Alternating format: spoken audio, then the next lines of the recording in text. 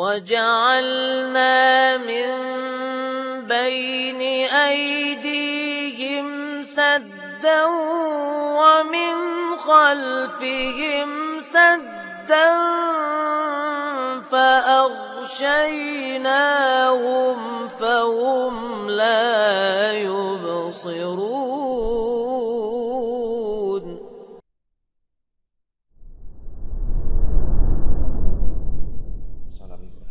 Bismillahirrahmanirrahim. Assalamualaikum warahmatullahi wabarakatuh. Waalaikumsalam warahmatullahi wabarakatuh. Alhamdulillahirabbil alamin wassalatu wassalamu ala sayyidil mursalin wa ala alihi wa sahbihi ajma'in. Allahumma 'allimna ma yanfa'una wanfa'na bima 'allamtana innaka antal alimul hakim. Amma ba'd.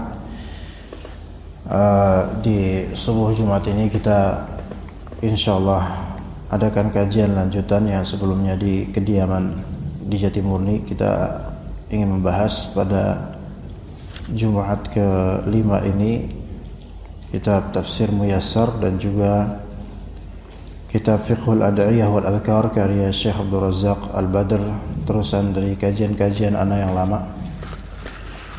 Dan insyaallah ada qari'nya untuk membacakan teks dari kitab yang insyaallah akan kita bahas di Tafsir Al-Muyassar, juz ke-3 dari Al-Quran, surat Al-Baqarah, dari kalimat Allah, tilka ar-rusul faddalna ba'dahum ala ba'd. Dan kemudian setengah jam kemudian insyaallah kita lanjut dengan kajian kitab Fiqhul Ad'iyah wal Adhkar. Begitu. Baik. Tafadhal. Bismillahirrahmanirrahim. Alhamdulillahirabbil alamin. Arrahmanir rahim maliki yaumiddin. Alhamdulillahilladzi khalaqas samawati wal arda wa ja'ala adh-dhulumati wan nur. Walhamdulillahilladzi anzala 'ala 'abdihil kitaba wa lam yaj'al lahu 'iwaja. Walhamdulillahilladzi lahu ma fis samawati wal ardi wa lahul hamdu fil akhirati wa huwal hakimul khabir. Walhamdulillahilladzi hadana li hadza wa ma kunna linahtadiya laula an hadanallah. Wa sallallahu wa sallama wa baraka ala sayyidina Muhammad Rasulillah wa khiyaratihi min khalqihi khatamin nabiyyin wa ashrafil mursalin wa ala alihi wa ashabihi wa man tabi'ahum bi ihsanin ila yaumiddin. Allahumma inna nas'aluka ilman nafi'ah wa rizqan thayyibah wa amalan mutaqabbalah. Allahumma ja'al Qur'ana rabi'a qulubina wa nura sudurina wa jilaa ahzanina wa dhahaba humumina. Qala ta'ala fi kitabihil aziz ba'da qawli a'udzu billahi minasyaitonir rajim. Tilkar rusulu faddalna ba'dahum 'ala ba'd. Minhum man kallama Allah wa rafa'a ba'dahum darajat. Wa atayna Isa ibn Maryam al-bayyinati wa ayyadnahu bi ruhil qudus. Walau syaa Allahu maqtatala alladhina min ba'dihim min ba'di ma ja'athumul bayyinatu walakin ikhtalafu faminhum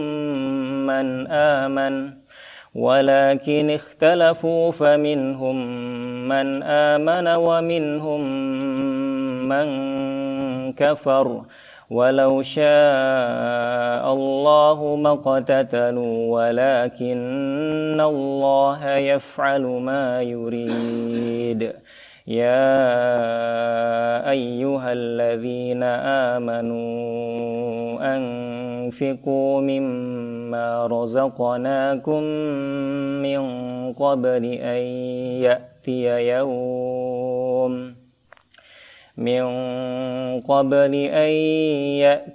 yawmun la bay'un fihi wala khullatun wala syafa'ah wal kafiruna humudz zalimun. Mufassirun rahimahumullah, haula'i rusulul kiramu faddalallahu ba'dahum ala ba'din bihasabi ma manna Allahu bihi alaihim. Faminhum man kallamahu Allahu ka Musa wa Muhammadin alaihi massalatu wassalam.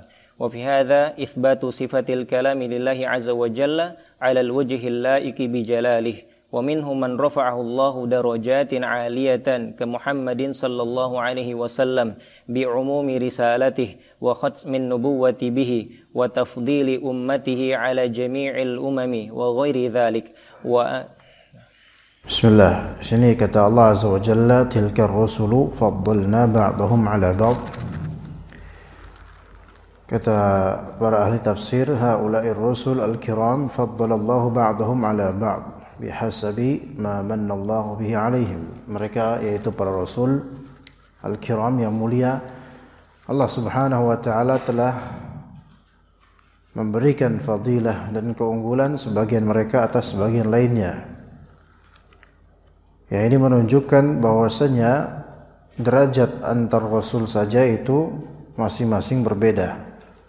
Dan bukan dimaksudkan di tafdil atau pengangkatan derajat sebagian rasul atas sebagian lainnya berarti merendahkan rasul-rasul lainnya, bukan. Melainkan Allah Subhanahu wa taala melakukan apapun yang Dia inginkan, menciptakan apapun yang Dia kehendaki, mengangkat siapapun yang Allah Ta'ala hendaki. Oleh karena itu Nabi Muhammad SAW berkata, Ana sayyidu waladi adama wala fakhr. Aku adalah tuannya anak Adam dan tiada bermaksud membanggakan diri. Dan sayyidu waladi Adam menunjukkan afdaliyah dan keutamaan tertinggi atas seluruh dari anak Adam, bahkan termasuk Nabi Adam itu sendiri. Dan juga Khalilullah, dua kekasih Allah, yaitu Nabi Muhammad alaihissalam dan Nabi Ibrahim, merupakan yang paling afdal di antara seluruh Nabi, bahkan di antara 5 ulul azmi. Dan kemudian 5 ulul azmi dimulai dari urutan sejarahnya, yaitu Nabi Nuh alaihissalam, kemudian Nabi Ibrahim alaihissalam, kemudian Nabi Musa alaihissalam, kemudian Nabi Isa alaihissalam, dan kemudian Nabi Muhammad alaihissalam. 5 ini lebih afdal daripada seluruh Rasul dan Nabi. Dan ini bukan berarti merendahkan Nabi Adam, Nabi Idris, Nabi Ayub, dan Nabi lainnya, melainkan afdaliyah dan keutamaan yang lebih ini untuk mereka menunjukkan Allah Subhanahu wa taala Maha Kuasa, Maha Bijaksana, dan juga Maha mengetahui setiap detail dari para rasul. Maka Allah Ta'ala unggulkan sebagian mereka dengan sebagian lainnya bihasabi ma mannallahu alaihi, ma mannallahu bihi alaihim, sesuai dengan apa yang Allah Subhanahu wa Ta'ala anugerahi mereka dengan hujjah, dengan bukti-bukti yang nyata, baik dari wahyu maupun dari mu'jizat. Faminhum man kallama Allah wa rafa'a ba'dhum darajat. Di antara mereka, faminhum man kallamahu Allah ka Musa wa Muhammad alaihi wassalatu wassalam. Di antara mereka, di antara para rasul, ada yang Allah Subhanahu wa taala ajak bicara seperti Nabi Musa alaihi salatu wassalam. Kata Allah Azza wa Jalla, wa kallama Allah Musa taklima. Dan juga Nabi Ibrahim, Nabi Muhammad sallallahu alaihi wasallam yang Allah Subhanahu wa taala ajak bicara, termasuk di dalamnya ketika peristiwa Isra Mi'raj dan lainnya. Wa fi hadza itsbatu sifatil kalami lillahi azza wa jalla 'ala al-wajhi al-la'iqi bi jalalih. Di ayat ini kata Allah azza wa jalla, wa minhum man kallama Allah. Ini mengisbatkan, menetapkan sifat kalam, sifat berbicara ada pada Allah Azza wa Jalla sesuai dengan keagungannya. Kita tidak bisa membayangkan dan tidak boleh membayangkan bagaimana Allah Subhanahu wa taala berbicara. Tidak sama seperti bagaimana makhluk berbicara. Dan inilah perbedaan antara Ahlus Sunnah wal Jamaah dengan selainnya. Yang mana Ahlus Sunnah wal Jamaah menetapkan sifat bicara pada Allah Azza wa Jalla. Sedangkan sebagian dari kalangan kaum muslimin atau firqah dan kelompok kaum muslimin mengatakan bahwasanya Allah Ta'ala tidak memiliki sifat kalam, tidak memiliki sifat berbicara, karena kata mereka berbicara itu adalah perbuatan makhluk. Ya, sementara Allah Subhanahu wa taala tidak sama dengan makhluk.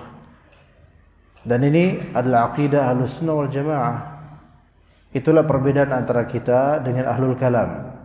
Ahlul Kalam mereka dinisbatkan atau mereka bernamakan Ahlul Kalam karena banyaknya mereka membahas tentang sifat kalam Allah, namun mereka malah justru menafikan kalam Allah Azza wa Jalla. Wa minhum wa dikatakan oleh ahli tafsir, wa minhum man rafa'ahu Allahu darajatin 'aliyatan ka Muhammadin sallallahu alaihi wasallam. Di antara mereka ada yang Allah taala angkat derajat yang tinggi seperti Nabi Muhammad sallallahu alaihi wasallam bi 'umumi risalatihi wa khatmin nubuwwati bih.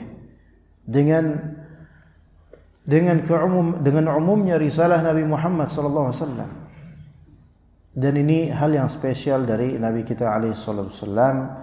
Kata beliau dalam suatu hadis yang diriwayatkan oleh Bukhari Muslim bahwasanya ada 5 hal yang diberikan oleh Allah kepada Nabi Muhammad yang tidak diberikan kepada kepada nabi-nabi sebelumnya. Di antara bahwasanya bu'itsu, yaitu aku diutus lisairil umam, untuk seluruh umat.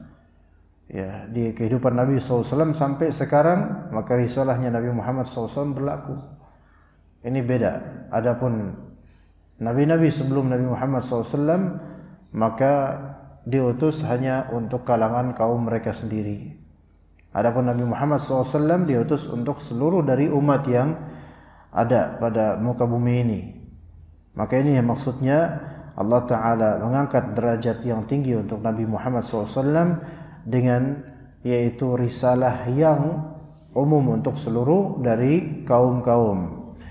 Dan juga di antara bentuk diangkatnya derajat Nabi kita alaihissalam yaitu penghataman Nabi, kepenghataman kenabian, bahwasanya beliau adalah Nabi terakhir.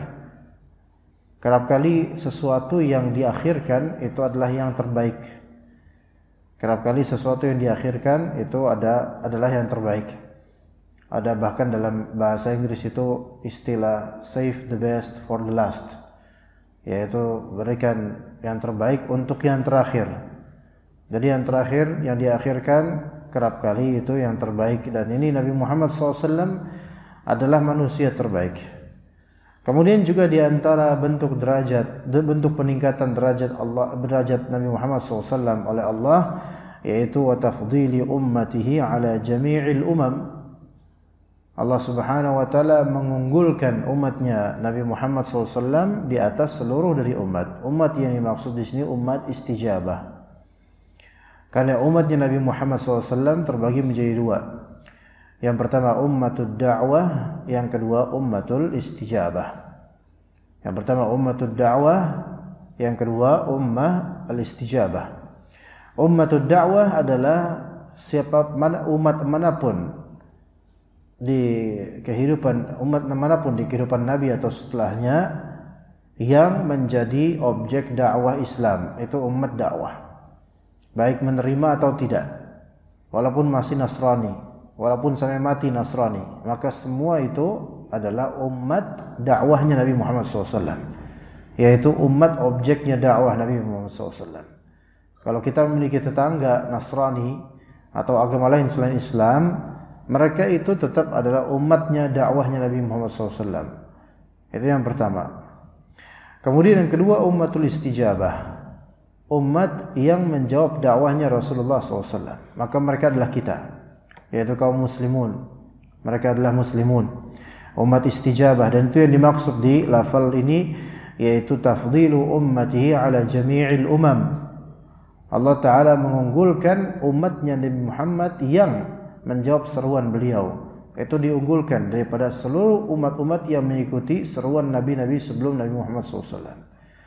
Jadi di kalangan Bani Israel yang beriman, kita ini lebih afdal dibandingkan mereka. Dan ini bukan ala sabil fakhr, bukan karena membanggakan, sombong atau bagaimana, tetapi memang Allah Subhanahu wa taala unggulkan umatnya Nabi Muhammad SAW yang menjawab risalahnya dan seruannya dibandingkan dengan umat-umat sebelumnya yang ikut dengan para nabi. Ya, bahkan Hawariyun itu sendiri, yaitu sahabatnya Nabi Isa alaihissalam, itu pun dibandingkan dengan sahabat Nabi radhiyallahu anhum lebih afdal sahabat Nabi radhiyallahu anhum. Pengunggulan ini menunjukkan apa? Menunjukkan kelebihan yang Allah berikan kepada Nabi Muhammad sallallahu alaihi wasallam. Baik, tafadhal. Wa atullah. Assalamualaikum alaikum. Wa qala al-mufassirun rahimahumullah wa atallahu ta'ala Isa ibn Maryam alaihi salam al-bayyinatil mu'jizatil bahirat ka Ibrahim man wulida a'ma bi idznillah ta'ala wa man bihi barasan bi idznillah wa ka ihya'ihil mauta bi idznillah wa ayyadahu bi Jibril alaihi salam. Walau syaa Allahu alla yaqtatala alladhina ja'u min ba'di haula'ir rusuli alladhina ja'u. Ahsanalaikum. Walau syaa Allahu alla yaqtatala alladhina ja'u min ba'di haula'ir rusuli min ba'di ma ja'atuhumul bayyinat maqtatalu walakin waqal ikhtilafu bainahum faminhum man thabata 'ala imanihi wa minhum man asarra 'ala kufrihi. Baik, ahsant. Qala al-mufassirun rahimahumullah wa ata Allah ta'ala Isa ibn Maryam alaihi salam al-bayyinat al-mu'jizat al-bahirat. Allah Subhanahu wa taala kemudian memberikan kepada Nabi Isa alaihi salam al-bayyinat, yaitu hal-hal yang jelas. Hal-hal yang jelas berupa al-mu'jizat al-bahirat, yaitu mu'jizat-mu'jizat yang membuktikan, mu'jizat-mu'jizat yang besar yang membuktikan kenabian dan kerasulan Nabi Isa alaihi salatu wassalam. Yang mana orang-orang ketika itu di zaman Nabi Isa, orang Bani Israel dan juga dari kalangan mereka itu Yahudi, mereka itu hanya mau menerima mu'jizat-mu'jizat yang sifatnya zahir, bukan yang sifatnya ma'nawi. Mu'jizat yang sifatnya hissiyah, yaitu yang bisa diindrakan dengan pandangan mata, dengan telinga, dibandingkan mu'jizat ma'nawiyah berupa kalam Allah, berupa wahyu dari Allah, kitab-kitab samawiyah. Orang-orang ketika itu enggak begitu peduli dengan mu'jizat-mu'jizat yang ma'nawiyah. Mereka enggak begitu peduli dengan keilmuan, yaitu keilmuan di sini yakni wahyu dan peraturan syariat mereka. Melainkan mereka lebih percaya atau lebih terkesima dengan mu'jizat yang sifatnya zahirah atau hissiyah.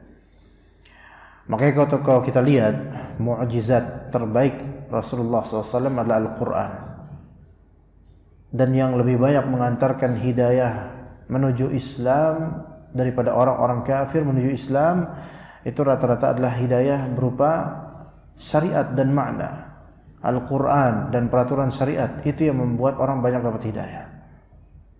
Di zaman ini juga termasuk seperti itu. Ya, bahkan di zaman ini kalau misalnya ada seorang kiai atau ustadz melakukan sesuatu dari khariq al-'adah, yaitu hal yang luar biasa seperti mu'jizat, banyak orang kemudian menyangkal apaan ini, khurafat, dan enggak percaya. Ya. Tapi misal peraturan syariat atau Al-Quran atau hadis Nabi dan segala hal yang membuktikan secara makna akan kebenaran Islam, itu malah lebih membuat kalbu orang-orang sekarang itu, yaitu umatnya Nabi Muhammad, umat dakwahnya Nabi Muhammad, itu malah justru ikut Islam dan mengakui Islam. Tapi di zaman Bani Israel dahulu enggak seperti itu. Mereka lebih melihat ke zahir dan materi, bukan materi bahasa sekarang, bukan, tapi materi di sini materi yang sifatnya zahir, yang membuat indera mereka menyaksikan atau mendengar kelebihan Nabi ini sehingga mereka baru mau percaya. Makanya mu'jizatnya Nabi Isa alaihissalam itu mu'jizat yang bisa dilihat oleh mata rata-rata. Mu'jizat tentang menyembuhkan, mu'jizat dengan membangkitkan yang mati dari kuburnya, dari kematiannya, dan itu dengan izin Allah Azza wa Jalla. Orang yang sakit kulit, sakit mata, buta, kemudian dioles sedikit oleh Nabi Isa alaihissalam, Allah sembuhkan langsung. Maka ini kan bisa dilihat langsung oleh kaumnya. Namun kendati pun begitu, banyak dari kaumnya dengan mukjizat yang begitu besar, yang tampak sekali, mereka enggak beriman. Dan juga Nabi Musa alaihissalam menghadapi kalangan Bani Israel, mukjizat yang Allah berikan itu rata-rata mukjizat yang tampak oleh indera. Banyak, bahkan di antara atau kembali ke Nabi Isa alaihissalam, turunnya surat Al-Maidah atau disebutnya surat Al-Maidah ya, Al-Maidah, yaitu meja hidangan. Yang mana ketika itu kalangan Bani Israel mereka berharap Allah Subhanahu wa taala turunkan maidatan minas sama, yaitu meja hidangan dari langit. Ya. Namun Nabi Isa alaihissalam melihat kaumnya, kebiasaan kaumnya itu kalau udah request suatu hal atau syariat membangkang nantinya, enggak mau ikutan. Tapi akhirnya dikabulkan dan Nabi Isa AS kemudian meminta kepada Allah Azza wa Jalla, anzil alaina ma'idatan minas sama. Tolong turunkan ya Allah untuk kami, yaitu meja hidangan dari langit. Ya. Namun ya di antara mereka tetap aja membangkang, padahal udah jelas itu adalah mukjizat dari Allah Azza wa Jalla. Lebih-lebih di zaman Nabi Musa alaihissalam. Kalau kita lihat di surat Al-Baqarah, banyak sekali Nabi Musa alaihissalam mendakwahi kaumnya, yaitu Bani Israel dan juga Fir'aun, dan tampak dari Nabi Musa alaihissalam mukjizat-mukjizat dan peristiwa-peristiwa yang Bani Israel itu seharusnya benar-benar tahu bahwa ini Nabi Musa ini gak main-main. Tapi kita lihat bagaimana mereka. Di antara mukjizat yang besar yang tampak dan mereka rasakan dan bahkan menyelamatkan hidup mereka adalah wa idz faraqna bikumul bahra fa anjaynakum. Dan ingatlah ketika kami faraqna bikumul bahr, ketika kami membelah untuk kalian yaitu lautan, hanya dengan perintah dari Allah terhadap Nabi Musa alaihissalam, idrib bi'asakal bahr, yaitu pukullah lautan itu dengan tongkatmu. Cukup itu aja ikhtiarnya. Namun sebelumnya memang Nabi Musa alaihissalam ketika kabur dari cengkraman Fir'aun dan bala tentaranya, kabur Nabi Musa alaihissalam dan beberapa dari orang Bani Israel, dan mereka tidak tahu harus kemana dari Mesir tersebut. Akhirnya mentok ke laut dan Fir'aun sudah mengendus kepergian Nabi Musa alaihissalam dan kaumnya. Maka terpojoklah Nabi Musa alaihissalam. Terpojok di apa? Di lautan. Karena kalau kabur di depan lautan, di belakang sudah ada Fir'aun dan bala tentaranya, maka terpojoklah. Dan kaumnya, mereka yaitu Bani Israel, khalas, mereka sudah putus asa. Ya, mereka bilang kita mati dah. Udah mereka, Fir'aun bakal mendapatkan kita, dan sudah terlihat musuhnya. Fir'aun dan bala tentara sudah terlihat, tinggal nunggu waktu aja berapa menit lagi. Maka kata Nabi Musa alaihissalam, enggak seperti yang kalian fikirkan. Inna ma'iya Rabbi sayahdin. Aku memiliki Tuhanku yang akan memberiku petunjuk. Di momentum kemelut seperti itu, tidak ada lagi yang menolong melainkan Allah Azza wa Jalla, dan secara logika kemanusiaan dan keduniaan enggak bakal selamat. Nabi Musa dan kaumnya ini enggak bakal selamat, karena ketika mereka melihat bala tentara Fir'aun sudah mendekat, belakang mereka itu lautan yang tak bertepi kelihatannya. Kemudian hadapan mereka adalah Fir'aun dan bala tentaranya. Dan Fir'aun dan bala tentara memiliki kuda dan kemudian pasukan, kelengkapan senjata, sementara Nabi Musa dan kaumnya tidak punya apa-apa kecuali iman. Kalau ke kiri ke kanan sama aja itu, maka ke atas nggak mungkin. Mengubur diri juga nggak mungkin. Maka apa yang mereka lakukan? Nggak ada selain tawakal sama Allah. Maka Nabi Musa alaihissalam sebagai pemimpin itu teguh beliau mengatakan inna ma'i Rabbi sayahdin. Ada Rabbku yang akan memberiku petunjuk. Maka diberi petunjuk. Yaitu pukullah lautan itu dengan tongkatmu. Ya, dan ini mukjizat yang besar. Akhirnya mereka kemudian lolos dan Fir'aun dan bala tentaranya akhirnya apa? Tenggelam di situ. Itu endingnya Fir'aun di situ. Ya. Endingnya Fir'aun itu berbalik dari kemelut yang dihadapi oleh Nabi Musa alaihissalam yang tiada jalan lain melainkan Allah, dan Fir'aun dalam kondisi mengejar dengan bala tentara yang sempurna. Lihat. Tiba-tiba Allah Ta'ala balikkan keadaan yang tadinya di posisi buncit hampir degradasi. Namun ternyata justru yang di puncak klasemen itulah yang hangus, hancur tiba-tiba. Maka dari Mesir itu kemudian ke arah Syam. Nabi Musa alaihissalam nyebrang ke arah Syam, ke Filistin. Disitulah mulai lagi cerita Bani Israel kemudian. Ya. Itu mukjizat yang mana setelah diselamatkan seperti itu, tetap aja banyak dari kalangan Bani Israel itu enggak percaya dengan Nabi Musa atau enggak ikut dengan Nabi Musa alaihissalam. Ya, al-bayyinat al-mu'jizat al-bahirat ka ibra'i man wulida a'ma biiznillah. Di antara mukjizat Nabi Isa alaihissalam membebaskan orang yang terlahir buta, kemudian diusap bagian matanya tiba-tiba bisa melihat.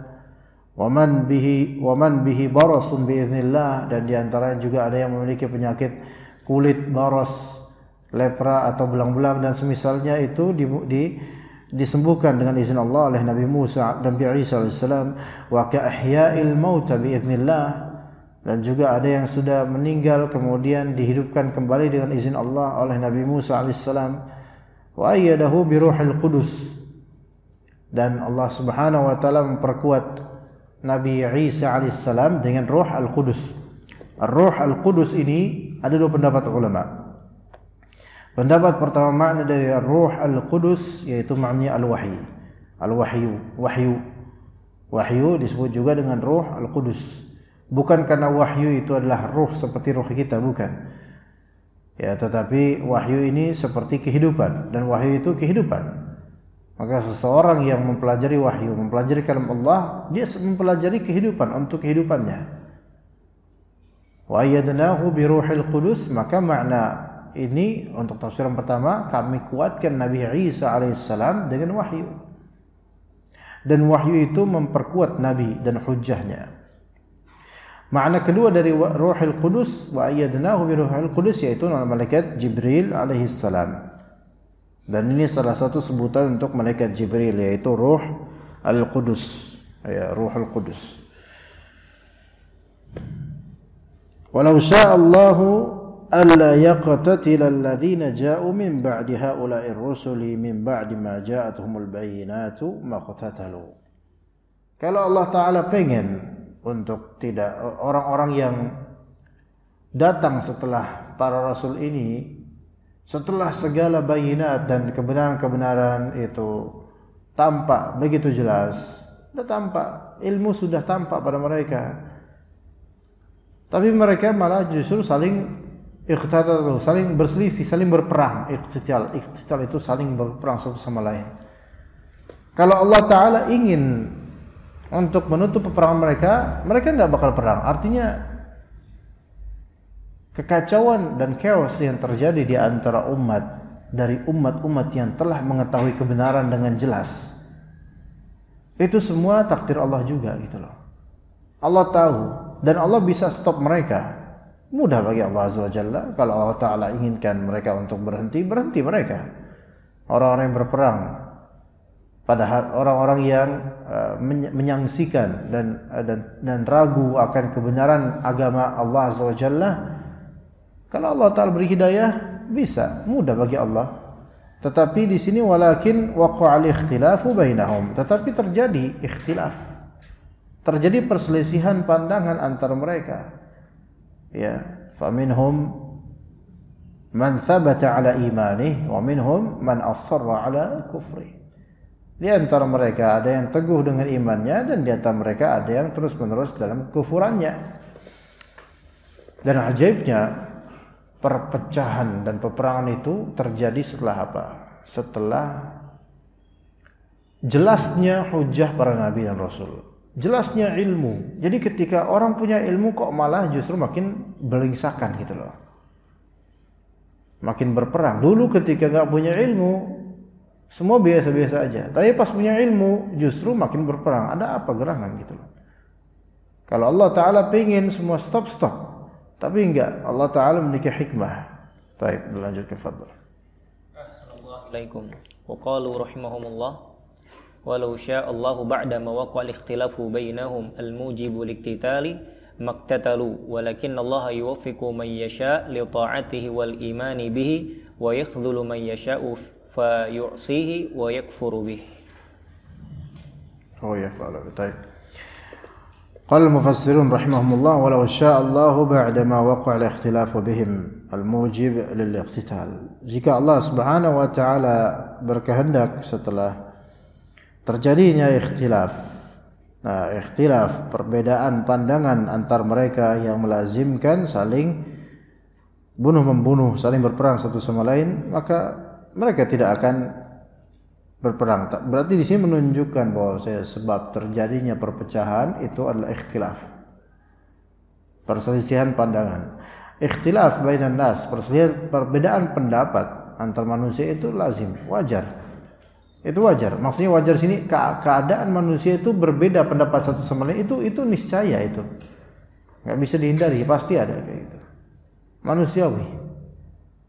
Tapi tidak bisa kita menutup mata akan kenyataan bahwasanya segala perpecahan, tafarruq, pembunuhan satu sama lain, pemblokiran satu sama lain itu tidak akan terwujud kecuali pasti sebab awalnya adalah adanya perbedaan. Semua tafarruq, semua perpecahan itu buruk semua. Dan penyebabnya pasti adalah perbedaan. Tapi tidak semua perbedaan langsung disebut sebagai keburukan. Ada perbedaan pandangan yang memang itu wajar, manusiawi, yang dimaklumi. Tapi ada perbedaan pandangan manusia yang mana itu tidak wajar, walaupun tetap manusiawi. Wajar atau tidak wajarnya dilihat dari apa? Pertama dari niat. Dari niat dan tujuan, dari batinnya. Ada orang berselisih niatannya memang karena ingin memecah belah. Ada orang berselisih karena niatannya ingin meramaikan suasana. Ada orang berselisih karena niatannya ingin membangkang. Tapi ada orang yang sebenarnya tidak mau berselisih pendapat, tetapi memang dia punya argumen yang menurut dia benar gitu loh, ada. Jadi niatannya lihat ya dari sisi itu. Kemudian dari sisi yang kedua, dari sisi zahir. Ya. Perbedaan pendapat ya. Dilihat dari sisi niatannya, itu berpengaruh terhadap kelanjutan dari perbedaan itu. Kemudian yang kedua dari sisi zahirnya, yaitu tata cara dia untuk mengungkapkan pendapat yang beda. Kalau tata caranya itu memang membuat masyarakat atau orang-orang di sekitarnya justru menentang atau berpecah belah, maka berarti memang tata cara yang perlu diperbaiki. Ya, ada yang tata caranya untuk menyampaikan khilaf, menyampaikan perbedaan pandangan, tata cara yang baik, maka ini afdol, walaupun tidak selamanya benar karena dilihat dari kontennya. Maka yang ketiga, dilihat dari apa? Dilihat dari alasannya. Jadi ikhtilaf, perbedaan pandangan itu harus dilihat dari niatan antum, berbeda pandangan, niatan antum apa? Tujuan antum apa? Kemudian yang kedua dari segi bagaimana cara antum menyampaikan pandangan antum, itu yang kedua. Dan yang ketiga yaitu kontennya, materinya, antum apa alasan antum berpandangan seperti itu? Apa alasan antum berpandangan seperti itu? Ya, misal dalam RT aja lah, misal dalam RT yang skalanya masih lebih kecil dibandingkan skala masyarakat pada umumnya. Ya. Misal Pak RT menentukan begini, ya. Kemudian antum punya pandangan lain. Apa tujuan antum berpandangan seperti itu? Kalau tujuan antum hanya untuk meninggikan diri dan menentang Pak RT, berarti ini dari niatan sudah tidak benar. Gitu kan? Dari niatan sudah tidak benar, maka ini akan berkelanjutan tidak baik gitu loh. Lebih afdal disimpan aja dah, kalau memang tujuan kayak ini disimpan aja, enggak usah dikeluarkan. Taib, anggaplah ternyata niatan antum baik. Bukan bermaksud untuk menentang Pak RT, bukan. Atau bukan untuk menzahirkan diri, munculkan diri, enggak, bukan itu. Tapi untuk kebaikan. Maka dilihat dari tata caranya. Kalau tata cara di grup WhatsApp, tata caranya terus antum menghajar atau antum dengan kalimat-kalimat yang membuat warga RT kesal misalnya, maka ini juga salah. Itu yang kedua. Tapi dengan kalimat yang baik atau antar atau empat mata dengan Pak RT ngobrolnya. Dan kemudian yang ketiga, alasannya apa? Antum kontennya apa? Gitu loh. Misalnya Pak RT berpandangan bahwasanya selokan ini harus sama-sama diuruk atau sama-sama yuk kita kerja bakti untuk memperbaiki selokan misalnya. Ya. Namun kemudian antum punya unek-unek lain, Pak, ini bukan masalahnya, bukan di selokannya misalnya. Maaf nih, masalahnya bukan di selokannya, Pak, tapi masalahnya adalah di buang sampahnya beberapa tetangga kita. Nah itu, kan itu kontennya bagus. Tapi kalau kontennya nggak bagus, remeh, ecek-ecek, misalnya ini mampet comberannya, gotnya ini bukan karena apa-apa Pak RT, melainkan karena ada jin misalnya, ada dan seterusnya, itu kan nggak masuk akal, nggak usah. Maka dilihat dari kontennya. Ketika kita terwujud pada diri kita tidak setuju pada sesuatu, coba dilihat ya niatan kita apa, nggak setuju kayak gitu. Kemudian juga tata caranya menyampaikan ketidaksetujuan bagaimana, dan yang ketiga alasannya apa gitu. Nah, para Bani Israil ini, walau sya'allahum ba'dama waqa'a al-ikhtilaf bainahum al-mujib lil-ikhtilaf maqtatalu walakinna Allah yuwaffiqu man yasha'u li ta'atihi wal iman bih. Tapi Allah Subhanahu wa taala memberikan taufik pada orang-orang yang Allah kehendaki untuk taat dan untuk iman. Wa yakhdhilu man yasha', dan Allah Subhanahu wa taala akan menghinakan, menelantarkan orang-orang yang Allah Subhanahu wa taala kehendaki. Terserah Allah Azza wa Jalla, fayasiyahu wa yakfura bih, sehingga orang tersebut bermaksiat kepada Allah dan kufur kepada Allah, fa huwa yaf'alu ma yasha' wa yakhtar. Jadi Allah Subhanahu wa taala memberi hidayah pada siapapun. Ada orang yang sudah dapat bayinat dan dapat penjelasan yang benar, tetapi tetap dia membangkang. Itu banyak sekali, dan itu yang terjadi di kalangan orang-orang berilmu di sekitaran, atau orang-orang berilmu di zaman para nabi. Justru kan gini, justru setelah Nabi SAW diutus dan menyampaikan dakwah tauhid, itu kan orang-orang Quraisy yang musyrikun malah justru makin belingsakan mereka, makin parah urusannya. Ini menunjukkan bahwa tidak semua orang siap dengan ilmu, tidak semua orang siap dengan hidayah, tidak semua orang siap dengan dakwah. Malah justru ada yang lebih parah kondisinya setelah terbitnya ilmu untuk mereka. Ini bentuk tidak syukurnya mereka terhadap ilmu dan hidayah. Ya begitu. Taib. Ayat berikutnya. Assalamualaikum. Tafsirannya. Wa qala al-mufassiruna rahimahumullah, ya man amantum billah wa saddaqtum rasulah wa amiltum bihadihi akhriju az-zakata al-mafruḍah wa tasaddaqu mimma a'taakumullahu qabla maji'i yaumil qiyamah hina la bai'a fayakunu ribh wa la ma la taftaduna bihi anfusakum min 'adzabillah wa la sadaqata sadiqin tunkidhukum wa la syafi'a yamliku takhfif al-'adzabi 'ankum wal kafiruna humudz zalimuna al-mutajawizuna hududallah. Assalamualaikum. Allah Subhanahu wa taala berfirman, ya ayyuhalladzina amanu anfiqu mimma razaqnakum. Wahai orang beriman, anfiqu. Ya man amantum billahi wa saddaqtum rasulah. Wahai orang beriman kepada Allah dan mempercayai rasulnya, wa amiltum bihadihi, dan orang-orang yang beramal dengan hidayah dari Allah, anfiqu mimma razaqnakum. Infakkanlah kalian dari sebagian dari apa yang kami rezekikan pada kalian. Di sini tafsirkan infak sebagai zakat. Akhriju az-zakat al-mafruḍah. Ini tafsiran pertama, yaitu keluarkanlah oleh kalian zakat yang memang itu difardukan, baik zakat mal maupun zakat fitr, dan zakat-zakat lainnya seperti zakat pertanian, zakat perdagangan, ya, zakat peternakan, ya, dan seterusnya. Dan juga zakat pertambangan, zakat yaitu hasil bumi, itu peternakan atau pertanian. Dan zakat ini ketika ada benda yang ditemukan di suatu daerah di bawah tanah, dan itu apa istilahnya, rikaz, ya, dalam bahasa Arabnya rikaz, harta terpendam gitu loh, harta karun dan semisalnya, itu juga kena zakat juga itu. Nah, tunaikanlah oleh kalian zakat yang diwajibkan.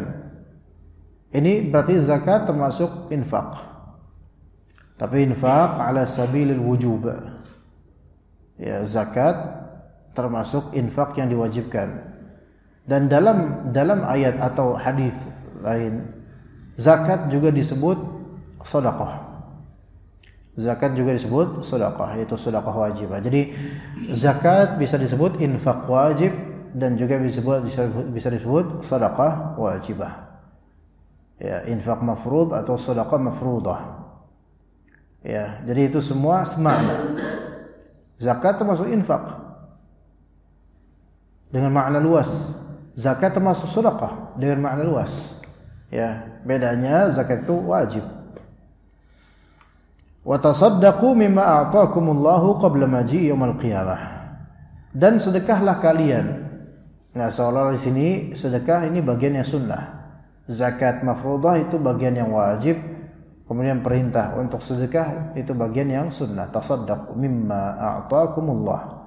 Bersedekahlah kalian dari sebagian dari apa yang Allah berikan kepada kalian. Kan kata Allah tadi, ya ayyuhalladzina amanu anfiqu mimma razaqnakum. Wahai orang-orang beriman, infakkanlah sebagian dari itu. Min di sini mimma, min di sini bisa maknanya min tab'idiyah, penyebagian. Sebagian. Jadi zakat itu tidak seluruh. Infak, sedekah, sunnah itu juga tidak seluruh dari harta, melainkan sebagian. Ya.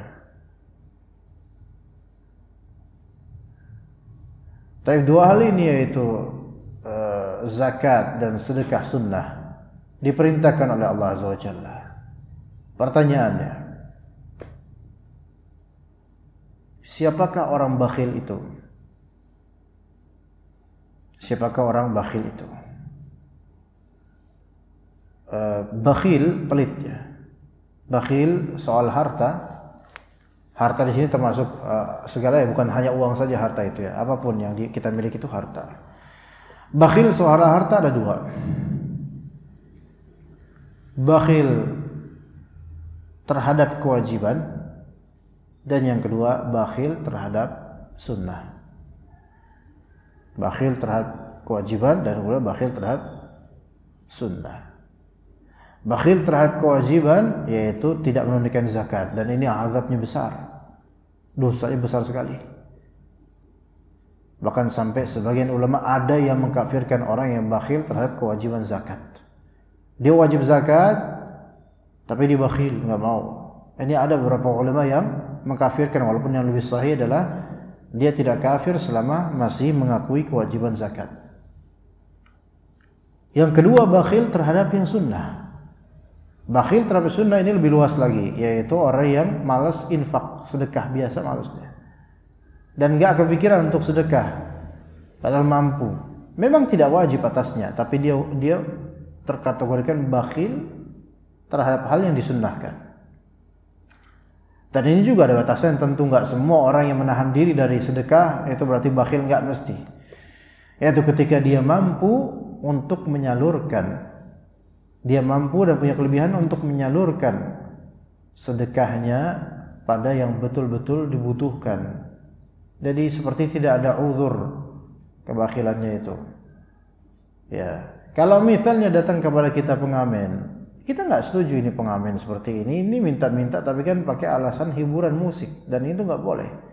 Kita menahan diri dari sedekah, maka justru ini memang harus nahan diri, nggak boleh sedekah. Kalau kita lakukan sedekah pada mereka karena maksiat yang mereka lakukan itu minta-minta dan juga ngamen, maka ini adalah maksiat tersendiri. Kita ngasih malah maksiat kita kepada Allah Azza wa Jalla, seperti mendukung kemungkaran yang mereka lakukan. Iya. Namun kalau misalnya kita punya tetangga atau orang dan semisal orang lain yang memang dia lagi butuh, sangat butuh, dan kita mampu untuk menyalurkan uang kita padanya, entah meminjamkan, entah memberi, tapi kita nggak ngapa-ngapain, nggak ngasih apa-apa sedikit pun, maka ini disebut bakhil. Bakhil, tapi bakhil terhadap hal yang disunnahkan, tidak sampai derajat bakhil terhadap kewajiban. Ya tentu derajat beda. Bakhil terhadap hal yang disunnahkan belum tentu dosa. Belum tentu dosa. Bisa dosa ketika apa? Ketika sudah tidak ada uzur lagi, padahal kita mampu dan orang itu betul-betul harus dibantu dan menjadi wajib atas kita untuk membantunya, tapi kita nggak bantu. Maka ini bakhil. bakhil yang level bakhil terhadap hal yang tadi sunnah tapi menuju level bakhil terhadap kewajiban. Maka dilihat di sini perbedaannya. Ya. Dan kedua-duanya sama-sama bakhil. Jadi tidak semua bakhil itu terhadap kewajiban, ada bakhil terhadap sunnah. Nabi SAW menyebutkan bahwasanya orang bakhil adalah yang disebut namaku padanya namun dia tidak bersolat atasku. Dan itu semua dari kita bakhil terhadap sunnah Nabi SAW. Ketika kita mendengar Nabi Muhammad SAW, kita tidak bersalawat, maka itu bakhil. Tapi bakhil terhadap sunnah Nabi SAW. Jadi ada bakhil terhadap sunnah.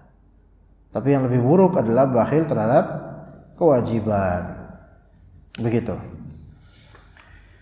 Taib. Kemudian sedekahlah kalian min qabla maji'i yaumal qiyamati hina la bai'a fayakuna ribhun. Banyak sedekah kalian sebelum datangnya hari kiamat ketika tidak ada jual beli lagi, sehingga sedekah kalian itu adalah laba. Karena di akhirat nanti enggak ada jual beli. Sementara di dunia kalian rajin sedekah, maka labanya ada di akhirat nanti. Kemudian wala ma la taftaduna bihi anfusakum min adzabillah. Di akhirat nanti tidak ada harta yang bisa menjadikan media bayar fidyah dari azab Allah Azza wa Jalla. Enggak bisa menebus walaupun harta antum satu bumi. Wala sadaqata sadiqin tunqidhukum. Di akhirat nanti tidak ada sedekah dari teman yang dekat, enggak ada yang bisa menyelamatkan kalian dari azab, enggak ada. Wala syafi'a yamlik takhfif al-azab ankum, dan tidak ada pemberi syafaat yang memiliki kemampuan atau memiliki mandat untuk meringankan azab atas kalian. Ini semua berlaku untuk siapa? Untuk orang-orang kafir. Hartanya orang kafir tidak bermanfaat untuk akhirat. Sedekahnya orang kafir atau temannya, ya, khullah, khalil, yaitu teman yang sangat dia cinta di dunia, itu enggak bermanfaat untuk akhirat. Dan tidak ada memberi syafaat untuk orang kafir. Ini ayat ini untuk orang kafir, ya, atau kalimat ini untuk orang kafir. Adapun orang beriman, ya, maka harta duniawinya itu bermanfaat untuk mereka karena di dunia suka sedekah dan zakat, infak. Kekasihnya orang beriman atau teman dekat yang disayang oleh orang beriman di akhirat memberikan manfaat, yaitu dengan mereka menjadi pemberi syafaat dan sama-sama ke surga. Dan juga orang beriman akan diberi syafaat. Maka ayat ini, potongan ini berlaku untuk orang kafir saja. Dan orang-orang kafir itu sedekahnya tidak diterima oleh Allah Azza wa Jalla. Dan di awal ayat, ya ayyuhalladzina amanu, seruan untuk orang beriman, mumpung kita alhamdulillah beriman dan juga semoga selalu beriman, dan juga Allah Subhanahu wa taala janjikan ganjaran-ganjaran. Jadi harta dan anak-anak kita di akhirat itu bermanfaat jika kita mendatangi Allah dengan qalbu yang selamat. Kata Allah Azza wa Jalla, yaumul la yanfa'u malun wala banun illa man atallaha biqalbin salim. Pada hari nanti